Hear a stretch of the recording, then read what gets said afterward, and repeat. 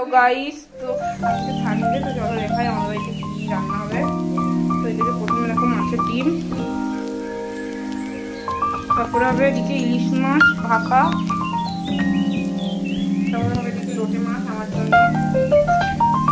তো এটুকুই, তো রান্না হোক, তারপর তোমাদের সাথে আবার আসছি। এদিকে ইলিশ মাছের জন্য সরষে কষে জল দিয়ে এদিকে ইলিশ ফুটছে, এটা তো একটু ফুটুক। আর এদিকে আমার মাছগুলো সব ভাজা হয়ে গেছে। তো তোমাদের একটা ইউনিক আর নতুন জিনিস দেখাই দাঁড়াও।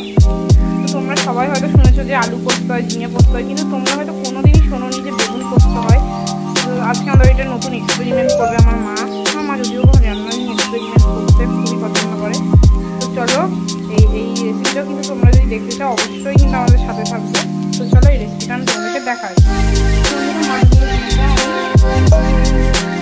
একটু নাড়িয়ে দেবো, একটু পরে নামিয়ে নেবো, 1 মিনিট পর নামিয়ে নেবো।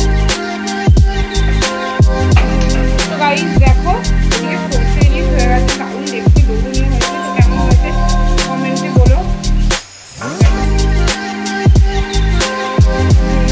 এদিকে দেখো তোমাদের প্রথমে ইউনিক জিনিসটাকে রেসিপিটা দেখাবো।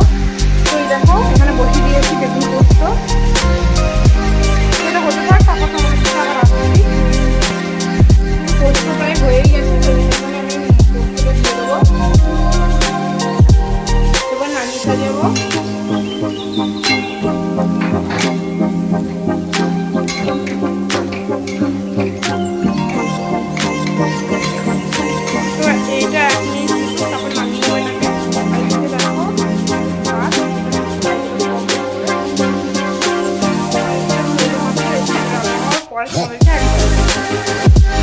চান ঠান করে রেডি হয়ে গেল।